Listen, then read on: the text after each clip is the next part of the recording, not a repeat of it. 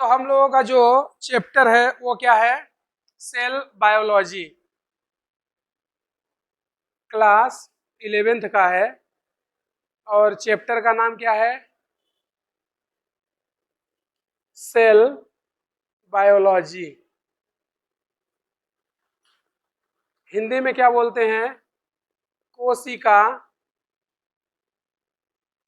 जीव विज्ञान।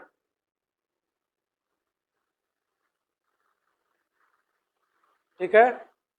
11th का कौन सा चैप्टर है मुझे ये कंफर्म नहीं याद है, लेकिन ये 11th का चैप्टर है, इतना हमें पता है। तो जो हमारा सेल बायोलॉजी है या कोशिका विज्ञान है, इसके बारे में अगर हम लोग बात करें तो देखना, एक साइंटिस्ट था रॉबर्ट हुक। कौन था? Robert hook.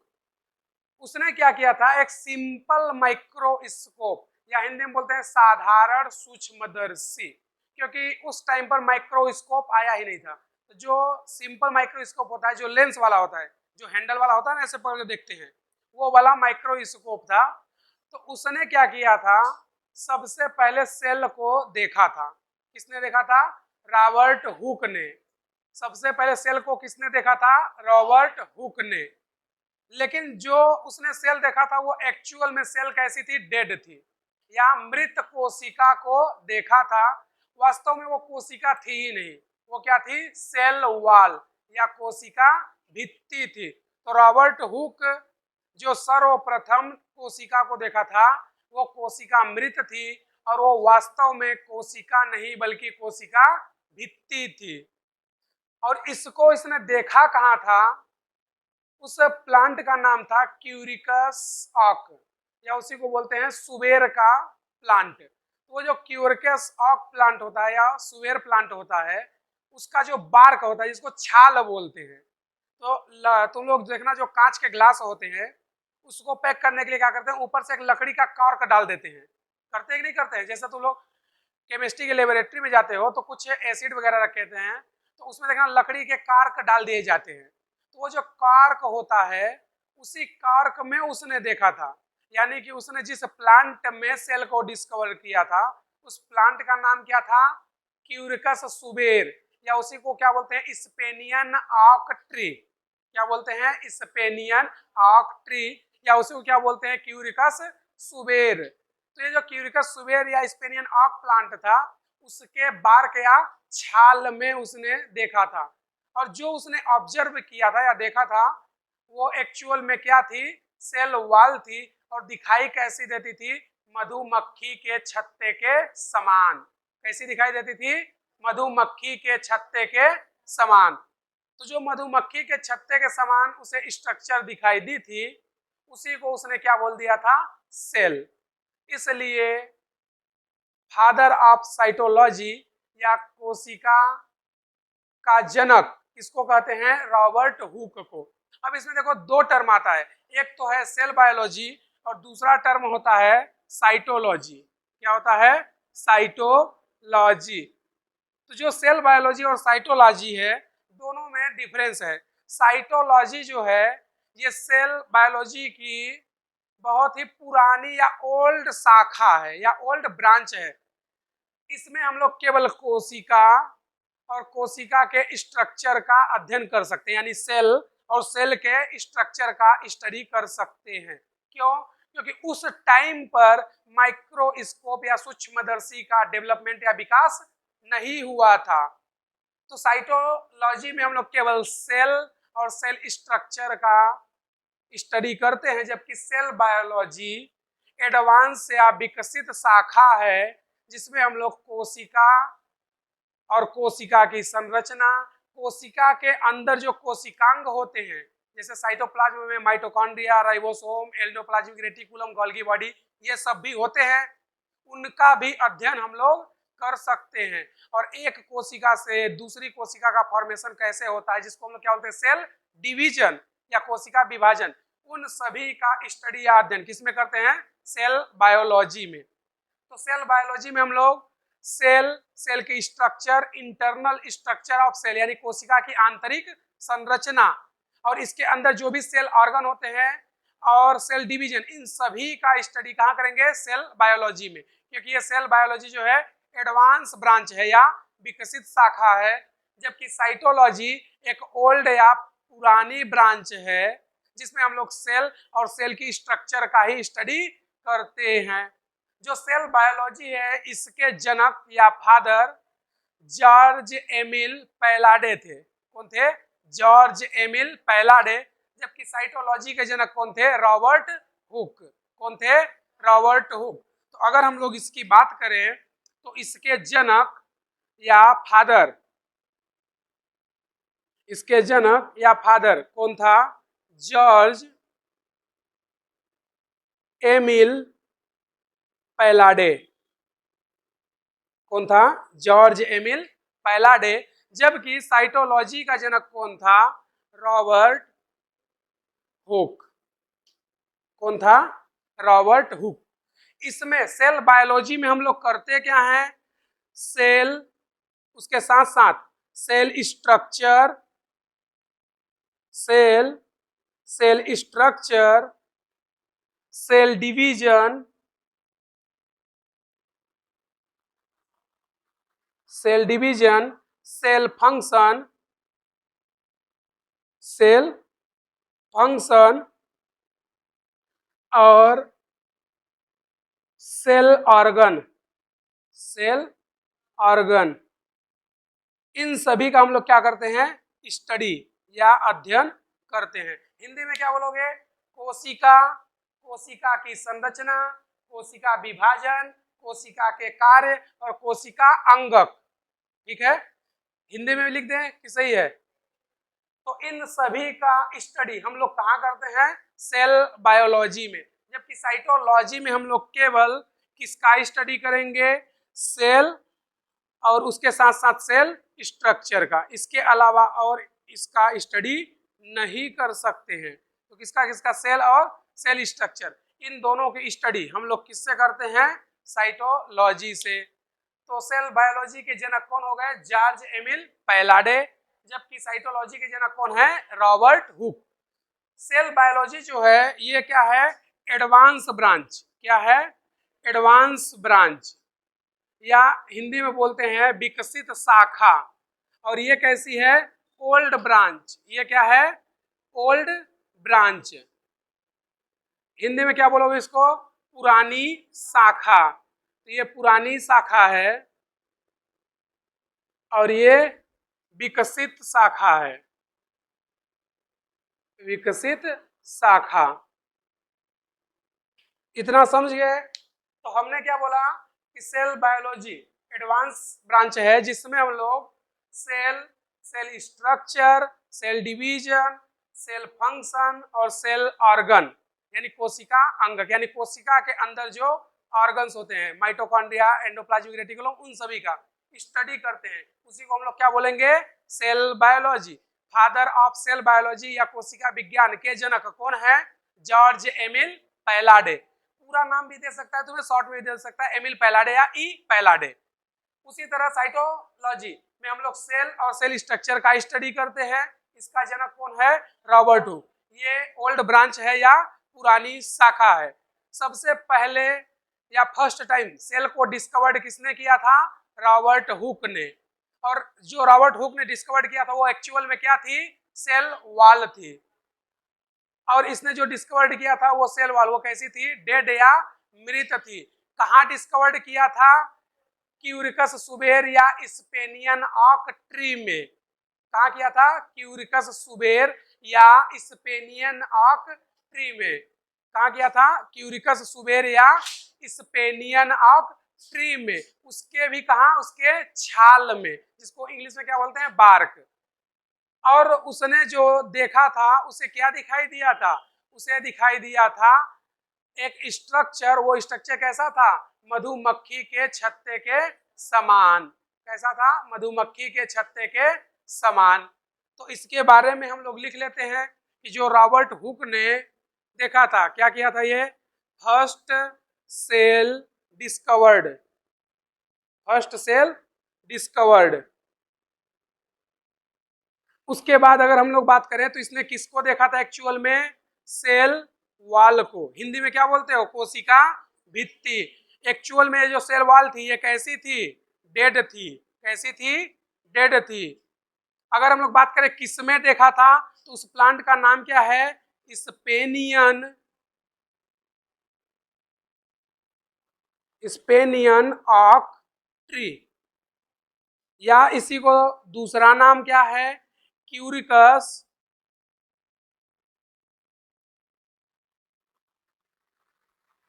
सुबेर। इसके किस में देखा था? बार्क में या छाल में। किसमें देखा था? छाल में। कैसी दिखाई देती थी? मधुमक्खी के छत्ते के समान। कैसा? मधुमक्खी के मधुमक्खी के छत्ते के समान। मधुमक्खी के छत्ते के समान। समझे? तो ये है रॉबर्ट हुक के बारे में। उसने फर्स्ट सेल डिस्कवर किया था, यानी कि पहली बार कोशिका को किसने देखा था, किसने खोया था? रॉबर्ट हुक ने। इसीलिए इसको हम लोग साइटोलॉजी का फादर या जनक भी बोल देते हैं। कहाँ खोया था? स्पेनियन ऑक ट्री या क्यूरिकस सुबेर में। क्या उसने देखा था? सेल वॉल देखा था। वो सेल वॉल क्या होती है एक्चुअली में? डेड या मृत होती है। कैसी होती है? डेड या मृत होती है। कहाँ देखा था? बार्क या छाल में। कैसा दिखाई देता था? मधुमक्खी के छत्ते के समान दिखाई देता था। तो ये थी रॉबर्ट हुक की हिस्ट्री। तो उसने क्या क्या किया था।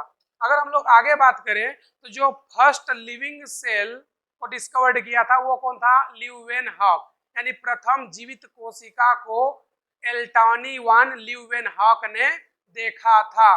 कहाँ देखा था? एनिमल क्यूल में या दांतों के मैल में। जब तुम लोग ब्रश नहीं करते तो एक आध दो हफ्ते बाद क्या है, दांतों पर मैल की परत जम जाती है। तो उस मैल को निकाल के वो माइक्रोस्कोप में देख रहा था, तो उसमें उसे कुछ स्ट्रक्चर दिखाई दी। उसी को उसने क्या बोल दिया था? सेल। तो फर्स्ट लिविंग सेल को डिस्कवर्ड किसने किया था? एल्टानी वान ल्यूवेनहॉक ने। कहाँ किया था? एनिमल क्यूल या दांतों के मैल में। समझे? तो इतना नोट करो, फिर आगे देखते हैं।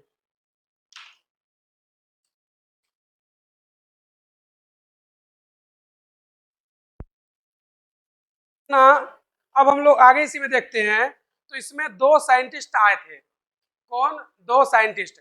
एक था स्लीडन और दूसरा था स्वान। और ये कैसे साइंटिस्ट थे? बॉटनिस्ट, मतलब वनस्पति शास्त्र के वैज्ञानिक थे, जिन्होंने सबसे पहले सेल थ्योरी के बारे में बताया, यानी कोशिका की सिद्धांत के बारे में। तो इन्होंने जो सेल थ्योरी दिया था वो सबसे पहली बार दिया था। इन्होंने सेल थ्योरी में बताया था कि कोशिका किससे मिलकर बनी होती है और नई कोशिका का निर्माण कैसे होता है। फिर उसके बाद एक साइंटिस्ट आया 1855 में, रुडोल्फ विर्चो। कब आया था? 1855 में रुडोल्फ विर्चो। वो बताया ओमुनस सेलुला ई सेलुला, एक कॉन्सेप्ट दिया, ओमुनस सेलुला ई सेलुला, जिसको हिंदी में बोलते हैं पुरानी कोशिका से नई कोशिका का निर्माण होता है। तो क्वेश्चन यहाँ पर यह था कि जो पुरानी कोशिका है वो आई कहाँ से? क्योंकि रुडोल्फ विर्चो ये बता करके निकल गया कि नई कोशिका का निर्माण पुरानी स्थित कोशिका से होती है। लेकिन क्वेश्चन ये था कि वो पुरानी कोशिका आई कहाँ से? तो सीधा सा कि जैसे अगर तुम लोगों से पूछे कि तुम लोग कहाँ से आए? अपने मम्मी पापा से। तुम्हारे मम्मी पापा कहाँ से आए? अपने मम्मी पापा से। उनके मम्मी पापा कहाँ से आए? उनके मम्मी पापा से। फाइनली जो प्रथम मम्मी पापा थे वो कहाँ से आए?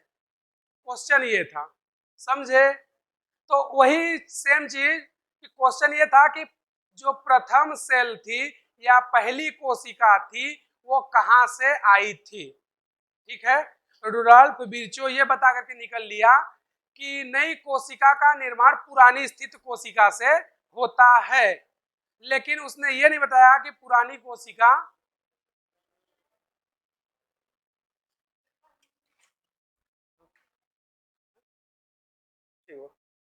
कब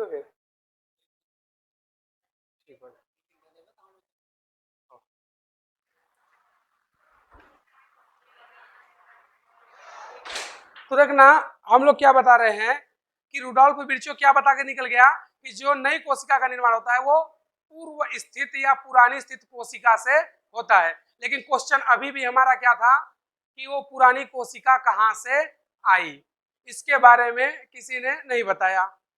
तो जब हम लोग पढ़ेंगे इवोल्यूशन या विकास चैप्टर, तो वहां पर तुम लोगों को बताएंगे कि जो पहली कोशिका बनी थी वो कैसे बनी थी और कहाँ से आई थी। ठीक है, इसमें बस इतना जानो कि जो पहली कोशिका थी इसके बारे में किसी ने नहीं बता पाया था कि वो कहाँ से आई थी। जब हम लोग विकास वाला चैप्टर पढ़ेंगे, उसमें 3-4 चैप्टर हैं, तो वहां पर हम लोग देखेंगे कि जो पहली कोशिका थी वो कहाँ से बनी थी और कैसे आई थी, और जो प्रथम जीव था वो कैसे बना था और कैसे इस पृथ्वी पर आया था। क्योंकि वहां भी बहुत सारी थ्योरी होती है। जैसे हम लोगों में ऐसा मानना होता है कि जो प्रथम पुरुष और महिला थे वो मनु और श्रद्धा थे, ऐसा मानते हैं। और तुम लोग हिंदी में भी ऐसा पढ़े हो कि जो प्रथम पुरुष और महिला इस पृथ्वी पर आए थे वो कौन थे, मनु और श्रद्धा। जो और है बाइबल वगैरह, उनके अनुसार मानते हैं कि जो प्रथम महिला और पुरुष थी वो एवा थी। कौन थी, एवा। तो अलग अलग लोग, अलग अलग धर्म के लोग अलग अलग हिसाब से अपना बताते गए कि प्रथम पुरुष यहाँ से आया, प्रथम महिला यहाँ से आई, प्रथम जीव कहाँ से आया। कुछ लोग बता दिए कि नील नदी में जो कीचड़ है उस पर सूर्य का प्रकाश पड़ता है और उससे मेढक मछली पैदा हो जाते हैं। तो सभी लोग अपने अपने हिसाब से थ्योरी बताते गए। जब हम लोग वहां पे पढ़ेंगे तो वहां पर देखेंगे कि प्रथम जीव या प्रथम सेल या प्रथम महिला या पुरुष कौन थे, कैसे आए थे, समझे। तो यहाँ पर हमारा ये है कि जो फर्स्ट सेल थ्योरी या कोशिका का सिद्धांत था वो किसने दिया था, स्लीडन और स्वान ने। ये दोनों कैसे साइंटिस्ट थे, बॉटनिस्ट या वनस्पति शास्त्र के वैज्ञानिक थे। इन्होंने कोशिका के बारे में भी विस्तृत में बताया था। फिर उसके बाद आया कौन था, रुडोल्फ विर्चो। कब आया था, 1855 में। कब आया था, 1855 में। और उसने क्या बताया कि नई कोशिका का निर्माण पुरानी स्थित कोशिका से होता है, जिसको उसने इंग्लिश में क्या बोला था, ओमिनस सेलुला ई सेलुला। फिर उसके बाद एक सेल थ्योरी और आई या कोशिका सिद्धांत, जो कब आया था, 1972 में, 1972 में, जिसको दिया था एस.जे. सिंगर और जी.एल. निकोलसन ने। और इन्होंने सेल के बारे में और जो सेल मेम्ब्रेन या कोशिका झिल्ली होती है उसके बारे में पूरा विस्तार से बताया था कि जो सेल होती है और सेल मेम्ब्रेन होती है ये 3 चीजों से मिलकर बनी होती है, लिपिड, प्रोटीन और कार्बोहाइड्रेट। फिर उन्होंने बताया था कि जो हमारी सेल मेम्ब्रेन या कोशिका झिल्ली होती है वो कैसी होती है। जो सेल मेम्ब्रेन या कोशिका झिल्ली होती है वो अर्ध तरल या क्वासी फ्लूइड होती है, मतलब ना तो ज्यादा लिक्विड और ना तो ज्यादा सॉलिड। जैसे हनी या शहद देखे हो, तो जो हनी या शहद होता है वो ना तो ठोस होता है और ना ही लिक्विड होता है, आधा लिक्विड आधा ठोस। तो ऐसे मटेरियल को हम लोग क्या बोलते हैं, क्वासी फ्लूइड या सेमी लिक्विड। तो इसके बारे में सब किसने बताया था, एस.जे. सिंगर और जी.एल. निकोलसन ने। तो जो फर्स्ट सेल थ्योरी थी, क्या, फर्स्ट सेल थ्योरी या प्रथम कोशिका सिद्धांत, ये किसने दिया था, स्लीडन और स्वान ने, स्लाइडन एंड स्वान ने।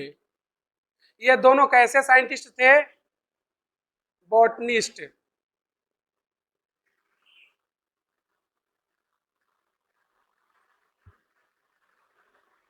या हिंदी में बोल सकते हैं वनस्पति शास्त्र के वैज्ञानिक थे।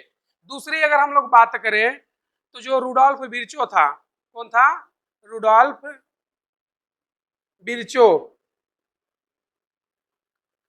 ये कब आया था, 1855 में। इसने जो अपना थ्योरी दिया था ये क्या बताया था, ओमिनस सेल्यूला ई सेल्यूला। इसका मतलब क्या होता है, इसका मतलब होता है नई कोशिका का निर्माण, नई कोशिका का निर्माण पुरानी स्थित कोशिका से होता है।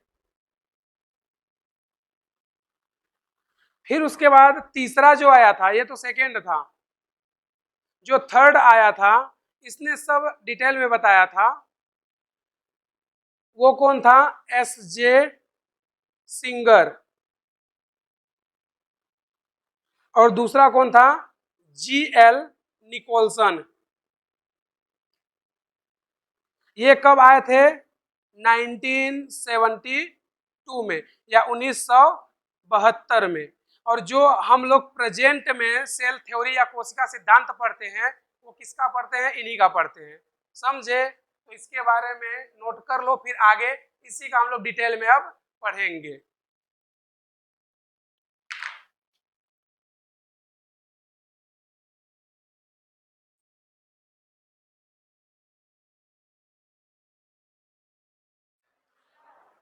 तो देखना आगे अगर हम लोग बात करें तो अगला है किसी सेल के स्वतंत्र अस्तित्व के लिए, अगर कोई सेल है जो कि सेल्फ डिपेंडेंट रहना चाहती है, मतलब खुद अपना जीवन व्यतीत करना चाहती है, तो उससे क्या क्या रिक्वायर्ड होगा? जैसे अपने यहाँ क्या है कि अगर कोई व्यक्ति है तो उसको तीन चीजें आवश्यक होनी चाहिए: रोटी, कपड़ा और मकान।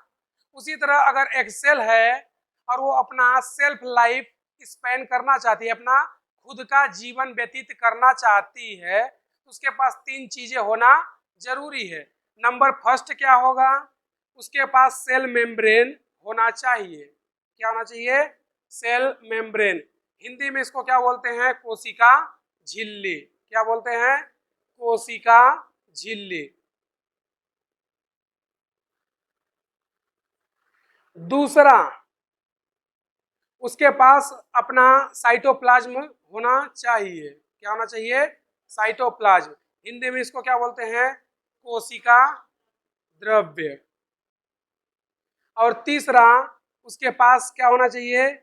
Genetic material. क्या होना चाहिए? Genetic material. हिंदी में बोलते हैं अनुवांशिक पदार्थ। क्या बोलते हैं? अनुवांशिक पदार्थ। अब देखोगे तो जेनेटिक मटेरियल दो होता है, या तो डीएनए या आरएनए। तो किसी जीव में जेनेटिक मटेरियल डीएनए होता है और किसी में आरएनए भी होता है। जरूरी है कि सभी में जेनेटिक मटेरियल डीएनए ही हो, मतलब one generation to another generation, या एक पीढ़ी से दूसरे पीढ़ी में लक्षणों का स्थानांतरण हमेशा डीएनए से हो, यह जरूरी नहीं है। क्योंकि कुछ ऑर्गेनिज्म ऐसे भी होते हैं जिनमें डीएनए होता ही नहीं है। क्या होता है? आरएनए। तो अगर कोई सेल है जो अपना सेल्फ लाइफ स्पेन करना चाहती है या खुद का जीवन व्यतीत करना चाहती है, उसके पास तीन चीजें होना चाहिए: पहला सेल मेम्ब्रेन, दूसरा साइटोप्लाज्म, और तीसरा जेनेटिक मटेरियल। इसके बाद अगर हम लोग इसमें आगे बात करें तो जो सेल मेम्ब्रेन है, क्या? सेल मेम्ब्रेन, इसके कंपोजिशन की बात कर लेते हैं। Composition of cell membrane. Composition of cell membrane Hindi में बोलते हैं कोशिका झिल्ली का संगठन।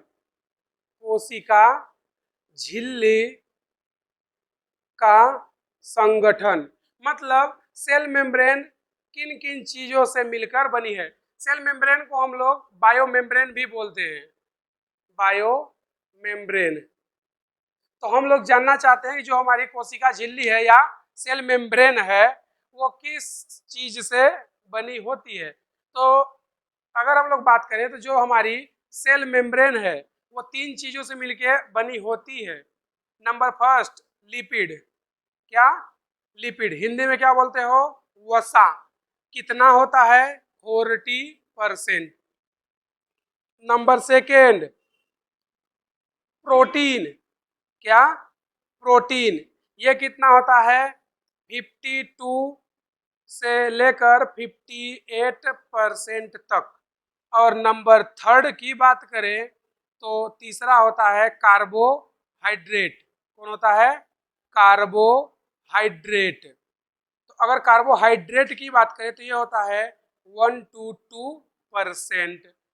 तो हमने क्या बोला? कंपोजिशन ऑफ सेल मेम्ब्रेन, यानी सेल मेम्ब्रेन या कोशिका झिल्ली जो होती है वो तीन चीजों से मिलकर बनी होती है। नंबर पहला लिपिड, कितना? 40%। प्रोटीन कितना? 52 से 58%। और कार्बोहाइड्रेट कितना? 1 से 2%। ये जो डाटा है एक कॉमन सेल या सामान्य कोशिका के लिए है। अगर हम लोग बात करें स्पेसिफिक सेल आरबीसी की, क्योंकि एनसीईआरटी भी इसके बारे में बताई है, तो ये जो डाटा हम लोग बता रहे हैं ये किसके लिए है? कॉमन सेल के लिए या सामान्य कोशिका के लिए। किसके लिए है? सामान्य कोशिका के लिए। अगर हम लोग स्पेसिफिक सेल या किसकी बात कर ले? आरबीसी की। तो अगर हम लोग आरबीसी की बात कर रहे हैं, फॉर आरबीसी, तो आरबीसी की जो मेम्ब्रेन होती है, आरबीसी की जो मेम्ब्रेन या झिल्ली होती है उसमें भी यही तीन चीजें होती हैं, बस डाटा थोड़ा सा चेंज होता है। जो लिपिड होता है वो 40% ही होता है, जो प्रोटीन होता है वो 52% होता है, और जो कार्बोहाइड्रेट है वो 8% होता है। वो कितना होता है? 8%। ये डाटा किसके लिए है? आरबीसी के लिए। और ये डाटा किसके लिए है? किसी भी कॉमन सेल के लिए या किसी भी सामान्य कोशिका के लिए। तो एनसीईआरटी में जब तुम लोग पढ़ोगे, लेकिन एनसीईआरटी कब पढ़ना है? जब नोट्स पढ़ लोगे उसके बाद, तो तुम्हें ये डाटा मिल जाएगा कि किसी सामान्य कोशिका झिल्ली के घटक में लिपिड 40%, प्रोटीन 52 to 58% और कार्बोहाइड्रेट 1 से 2% होता है। और अगर आरबीसी की बात करें तो लिपिड 40, प्रोटीन 52 और कार्बोहाइड्रेट 8% पाया जाता है। यानी इन तीन चीजों से मिलकर कोशिका झिल्ली का निर्माण होता है। समझे कि नहीं समझे? छाप दो। बात करते हैं तो थोड़ा सा और हम लोग जान जाते हैं क्या कि जो सबसे स्मॉलेस्ट सेल होती है या हिंदी में बोलते हैं सबसे छोटी कोशिका, तो जो सबसे स्मॉलेस्ट सेल या सबसे छोटी कोशिका है इस पूरे वर्ल्ड या जगत या इस संसार की अगर बात करें तो जो सबसे स्मॉलेस्ट सेल होती है वो होती है कौन? पीपीएलओ। पूरा नाम क्या होता है? Pleuro pneumonia like organism. Size कितना होता है? 0.1 माइक्रोमीटर। उसके बाद जो सेकेंड स्मॉलेस्ट सेल होती है वो होती है माइकोप्लाज्मा, जिसका साइज कितना होता है? 0.3 माइक्रोमीटर। अगर हम लोग बात करें ह्यूमन में, ठीक है, तो ह्यूमन में जो सबसे स्मॉलेस्ट सेल होती है वो होती है स्पर्म। कहाँ होता है? मेल में। और जो सबसे लार्जेस्ट सेल होती है वो क्या होती है? ओवा। और कहाँ पाई जाती है? फीमेल में। अगर हम लोग इसी में बात करें तो जो सबसे लॉन्गेस्ट या सबसे लंबी कोशिका होती है वो होती है न्यूरॉन सेल। और जो सबसे बड़ी कोशिका होती है या जो सबसे लार्जेस्ट सेल होती है वो होती है ऑस्ट्रिच के एक में। हिंदी में क्या बोलते हो? शुतुरमुर्ग के अंडे में। तो ये इंफॉर्मेशन हम लोग लिख लेते हैं। नंबर पहला smallest cell, smallest cell Hindi में क्या बोलोगे? सबसे छोटी कोशिका, सबसे छोटी कोशिका कौन है? पीपीएलओ। साइज कितना होता है इसका? 0.1 माइक्रोमीटर। इसका पूरा नाम क्या होता है? प्ल्यूरो निमोनिया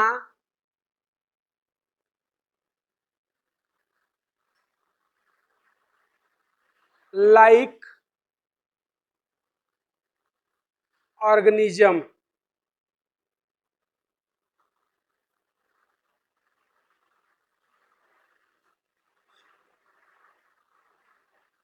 ठीक है। तो देखो यहाँ पर क्या है, पी मतलब प्लूरो, पी मतलब निमोनिया। यहाँ पर देखोगे तो पी और यहाँ पे आ गया एन, तो निमोनिया का स्पेलिंग पी से शुरू होता है, PNUE, समझे। तो यहाँ पर जो न है या एन है, इसकी स्पेलिंग ही शुरू होती है पी से।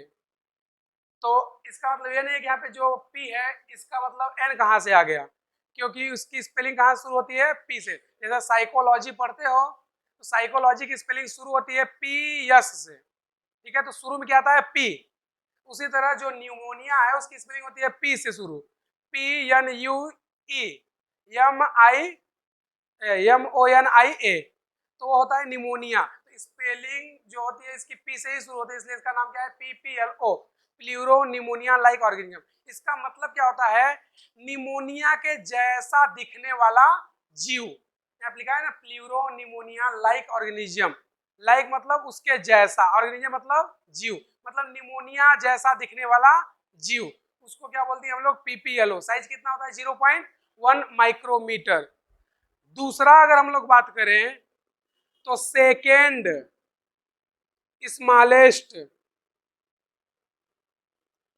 सेल वो कौन होती है, या हिंदी में बोले तो दूसरी छोटी कोशिका, छोटी कोशिका वो होती है माइकोप्लाज्मा, माइकोप्लाज्मा।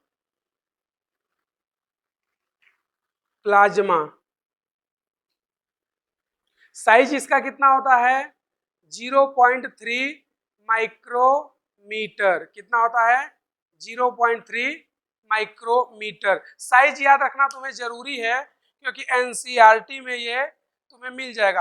हो सकता है इस चैप्टर में ना हो, सेल बायोलॉजी में, लेकिन जब हम लोग स्पेसिफिक चैप्टर पढ़ेंगे प्रोकैरियोट, तो वहां पर ये तुम्हें मिल जाएगा। तो ये जो हम लोग डाटा की बात कर रहे हैं, ये क्या है, वर्ल्ड वाइड या पूरे दुनिया की बात कर रहे हैं, यानी पूरे दुनिया में सबसे छोटा ऑर्गेनिज्म कौन है, PPLO। वायरस की बात हम लोग नहीं कर रहे हैं, क्योंकि वायरस कोई जीव नहीं है, वायरस कोई ऑर्गेनिज्म नहीं होता है, क्योंकि वायरस को हम लोग लिविंग और नॉन लिविंग के बीच का कनेक्टिंग लिंक मानते हैं, यानी वो सजीव और निर्जीव के बीच का क्या है, संयोजी कड़ी। मतलब जब वो इन्वायरमेंट में रहता है तो नॉन लिविंग होता है, लेकिन जैसे ही किसी ऑर्गन या किसी सेल या किसी बॉडी में इंटर करता है, वो क्या हो जाता है, लिविंग हो जाता है। तो वायरस जो होते हैं वो कोई जीव नहीं है या कोई ऑर्गेनिज्म नहीं है, ये ध्यान न रखना। इसलिए सबसे स्मॉलेस्ट सेल कौन होती है, PPLO। ये कहाँ की बात हो रही है, पूरे वर्ल्ड वाइड की। अगर हम लोग बात करें कहाँ, ह्यूमन की या मनुष्य में, तो थर्ड नंबर अगर बात करते हैं कहाँ, इन ह्यूमन, यानी मनुष्य में। तो ह्यूमन में अगर बात करें तो जो स्मॉलेस्ट सेल है, कौन, स्मॉलेस्ट सेल, हिंदी वही होती है छोटी कोशिका, वो कौन होती है, स्पर्म। कौन होता है, स्पर्म। हिंदी में क्या बोलते हो इसको, शुक्राणु। क्या बोलते हो, शुक्राणु। कहाँ पाया जाता है, मेल में।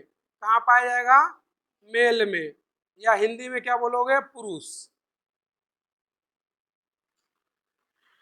और अगर हम लोग फोर्थ पॉइंट की बात कर ले, तो जो लार्जेस्ट सेल होती है, कौन, लार्जेस्ट,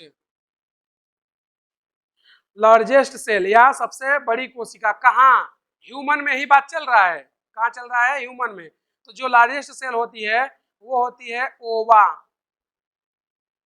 क्या होती है, ओवा, या इसी को ओवम भी बोलते हैं,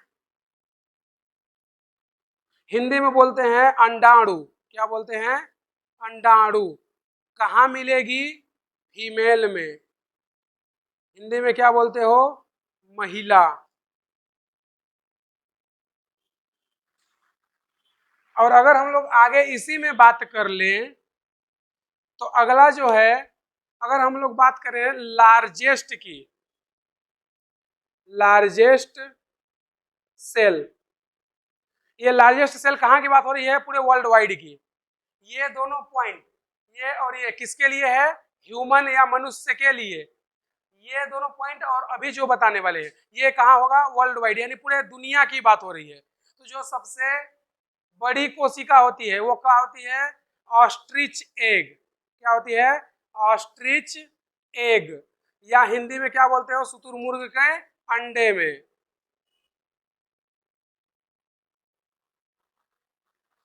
शुतुरमुर्ग का अंडा।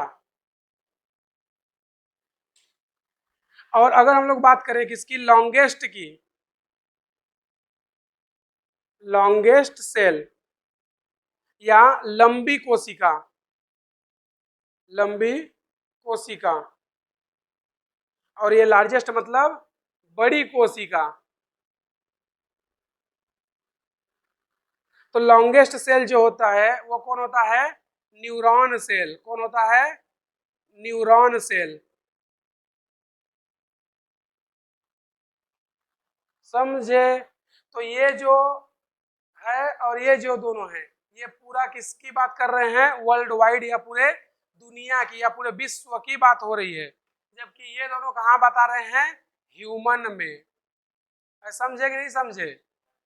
तो मनुष्य में सबसे छोटी कोशिका स्पर्म, और सबसे बड़ी कोशिका ओवा, और पूरे वर्ल्ड में सबसे छोटी कोशिका पीपीएलओ, सेकेंड छोटी माइकोप्लाज्मा, सबसे बड़ी ऑस्ट्रिच एग या शुतुरमुर्ग का अंडा, जबकि सबसे लॉन्गेस्ट कौन होती है, न्यूरॉन सेल। इसी को क्या बोलते हो, तंत्रिका कोशिका, यही बोलते हो ना।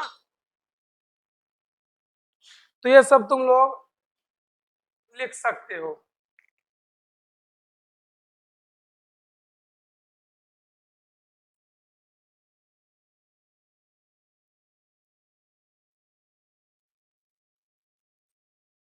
वो क्या है, सेल मेम्ब्रेन। क्या है, सेल मेम्ब्रेन। हिंदी में या इसी को दूसरा क्या बोलते हैं हम लोग, बायो मेम्ब्रेन। हिंदी में इसको बोलते हैं कोशिका झिल्ली। क्या बोलते हैं, कोशिका झिल्ली। तो जो कोशिका झिल्ली होती है, अगर हम लोग इसके बारे में बात करें तो जो कोशिका झिल्ली है इसके जो प्रॉपर्टी या कैरेक्टर या गुणधर्म होते हैं उसके बारे में हम लोग जानना चाहते हैं। तो जो सेल मेम्ब्रेन या कोशिका झिल्ली होती है वो होती है यूनिवर्सल। यूनिवर्सल मतलब सार्वत्रिक, मतलब सभी जगह पाई जाती है। सभी जगह का मतलब यहाँ पे है नहीं है, मतलब जितने भी जीव होते हैं इस पृथ्वी पर और जितने जीव हैं उन सभी में सेल होता है, तो उनके सेल में सेल मेम्ब्रेन होगी। समझे। तो यूनिवर्सल का मतलब सार्वत्रिक, मतलब सभी जगह पाया जाता है। सभी जगह का मतलब जितने भी इस वर्ल्ड में या इस संसार में या इस दुनिया या जगत में जीव हैं सभी जीवों में कोशिका झिल्ली पाई जाती है। तो सेल मेम्ब्रेन क्या होती है, यूनिवर्सल, सभी जीव में पाई जाएगी। एक्सेप्शन क्या होगा इसका, वायरस, इनमें सेल मेम्ब्रेन नहीं पाई जाती। तो ये एक्सेप्शन थोड़ी हुआ, क्योंकि वायरस तो कोई जीव होता ही नहीं है। समझे। तो हम लोग सेल मेम्ब्रेन के प्रॉपर्टी या कैरेक्टर्स की बात कर रहे हैं। तो पहला क्या, यूनिवर्सल, मतलब सभी जीवों में पाई जाएगी। दूसरा ये इलास्टिक होती है। इलास्टिक मतलब प्रत्यास्थ। अब प्रत्यास्थ क्या होता है, मतलब ऐसा प्रॉपर्टी या कैरेक्टर जो हम लोग चाहे, जैसे रॉड को देखो या किसी पेड़ को देखो, हवा चलता है तो हवा के डायरेक्शन में झुक जाता है, जैसे हवा बंद वापस वो वैसे ही आ जाता है। रॉड को देखोगे तो रॉड को ऐसे मोड़ो छोड़ दो वापस वो फिर से वैसे ही हो जाता है। लेकिन अगर ज्यादा फोर्स लगा दिए या ज्यादा बल अप्लाई कर दिए तो फिर वो हमेशा के लिए मुड़ जाएगा। या हवा बहुत तेज चल जाए तो पेड़ हमेशा के लिए गिर जाएगा या टूट जाएगा। तो इसका मतलब उसकी इलास्टिसिटी क्या हो गई, ब्रेक हो गई, यानी उसकी प्रत्यास्थता भंग हो गई या टूट गई। तो सेल मेम्ब्रेन कैसी होती है, इलास्टिक, मतलब जरूरत पड़े तो वो फैल भी सकती है और सिकुड़ भी सकती है। इसी को हम लोग क्या बोलते हैं, इलास्टिक। तो सेल मेम्ब्रेन यूनिवर्सल होती है, इलास्टिक होती है, थिन होती है, मतलब पतली होगी। कैसी होती है, थिन होती है यानी पतली होती है। उसके साथ साथ ये क्वासी फ्लूइड जैसी होती है। क्वासी फ्लूइड मतलब अर्ध तरल, मतलब ना तो सॉलिड और ना लिक्विड, जेल जैसा, लाइक एज हनी, जैसा शहद या ये होता है शहद। अगर हम लोग शहद की बात करें तो शहद देखोगे या जो हनी होता है वो ना तो ज्यादा लिक्विड होता है यानी पानी के जैसा, ना तो बहुत ठोस होता है, मीडियम टाइप का होता है। यानी उसको अगर हम लोग किसी स्केलर पे छोड़ दें उसे फिसलने के लिए तो बहुत धीरे धीरे वो टॉप पर पहुंचेगी, सॉरी बॉटम पर पहुंचेगी। तो ऐसे फ्लूइड को हम लोग क्या बोलते हैं, क्वासी फ्लूइड। तो जो हमारी सेल मेम्ब्रेन होती है वो भी ऐसा ही होती है, कैसा, quasi fluid, like as honey या शहद के जैसा होती है। इसके साथ साथ सेल मेम्ब्रेन लिविंग होती है या जीवित होती है। क्यों होती है, क्योंकि ये अपनी मेटाबॉलिक रिएक्शन या उपापचयी क्रियाएं खुद कर सकती है, इसलिए ये कैसी होती है, लिविंग होती है। इसके साथ साथ अगर हम लोग बात करें तो जो सेल मेम्ब्रेन होती है ये सेलेक्टिव सेमी परमिएबल, मतलब चयनात्मक अर्ध पारगम्य होती है। यानी कुछ चीजों को जाने देती है और कुछ चीजों को जाने नहीं देगी। तो जिनको नहीं जाने देती है उनको जाने के लिए विशेष व्यवस्था किया जाता है, जिसको हम लोग बोलते हैं प्रोटीन चैनल्स।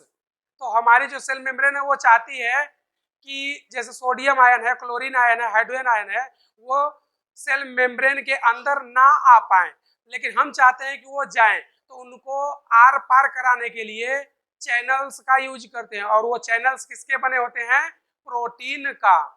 तो जो सेल मेम्ब्रेन होती है वो कैसी होती है, सेलेक्टिव यानी चयनात्मक, सेमी परमिएबल मतलब अर्ध पारगम, यानी सभी चीजों को नहीं जाने देगी। जिन जिन चीजों का सिलेक्शन किया जाएगा केवल वही झिल्ली के अंदर और बाहर आ जा सकते हैं। जैसे अगर तुम लोगों को बोल दिया जाए कि उत्कृष्ट स्कूल में जाओ और 1 महीना पढ़ के आओ, तो जाने देंगे, नहीं जाने देंगे। यानी कि वहां पर सिलेक्शन हुआ है और जिनका आईडी कार्ड है केवल वही वहां पर जाकर के पढ़ सकते हैं और कोई नहीं पढ़ सकता। तो उसी तरह झिल्ली भी चीजों को सेलेक्ट करती है और जिन चीजों को सेलेक्ट कर ली वही झिल्ली के अंदर और बाहर आ जा सकते हैं, सभी लोग नहीं आ जा सकते हैं। तो अगर हम लोग सेल मेम्ब्रेन के कैरेक्टर या गुणधर्म या प्रॉपर्टी या लक्षण की बात करें तो सेल मेम्ब्रेन का जो कैरेक्टर होता है वो कैसा होता है, यूनिवर्सल होता है। कैसा होता है, यूनिवर्सल। यूनिवर्सल मतलब सभी जीवों में, सभी जगह नहीं, सभी जीवों में या सभी ऑर्गेनिज्म में। दूसरा क्या होती है, इलास्टिक होती है। कैसी होती है, इलास्टिक, या हिंदी में क्या बोलते हैं, प्रत्यास्थ होती है। कैसी होती है, प्रत्यास्थ होती है। इसके साथ साथ ये कैसी होती है, क्वासी फ्लूइड। कैसा, क्वासी फ्लूइड। हिंदी में भी क्वासी फ्लूइड ही बोलेंगे या हिंदी में बोलते हैं अर्ध तरल। क्या बोलते हैं, अर्ध तरल, लाइक एज हनी, यानी कैसा दिखती है, हनी के जैसा या शहद के जैसा। अगर और इसमें हम लोग बात करें तो ये कैसी होती है, थीन होती है। कैसी होती है, थीन होती है। हिंदी में क्या बोलते हैं, पतली। और उसके साथ साथ सॉफ्ट होती है। कैसी होती है, सॉफ्ट मतलब कोमल होती है, या इसी को क्या बोल देते हैं, मुलायम। सॉफ्ट, कोमल या मुलायम होती है। इसके साथ साथ अगर हम लोग बात करें तो ये कैसी होती है, selective, selective semi permeable, selective semi permeable. Hindi में क्या बोलते हैं, चयनात्मक अर्धपारगम्य। कैसी, चयनात्मक अर्धपारगम्य। और उसके साथ साथ कैसी होती है, लिविंग होती है। कैसी होती है, लिविंग, यानी कि जीवित होती है। क्यों होती है, क्योंकि मेटाबॉलिकली क्या होती है, एक्टिव होती है। मेटाबॉलिक एक्टिव होती है, इसलिए क्या होती है, लिविंग होती है। मतलब अपनी उपापचयी क्रिया ये सेल्फ कर सकती है। तो ये सारे कैरेक्टर्स, प्रॉपर्टी, गुणधर्म या लक्षण ये किसके हैं? सेल मेम्ब्रेन के या कोशिका झिल्ली के। समझे? छाप दो।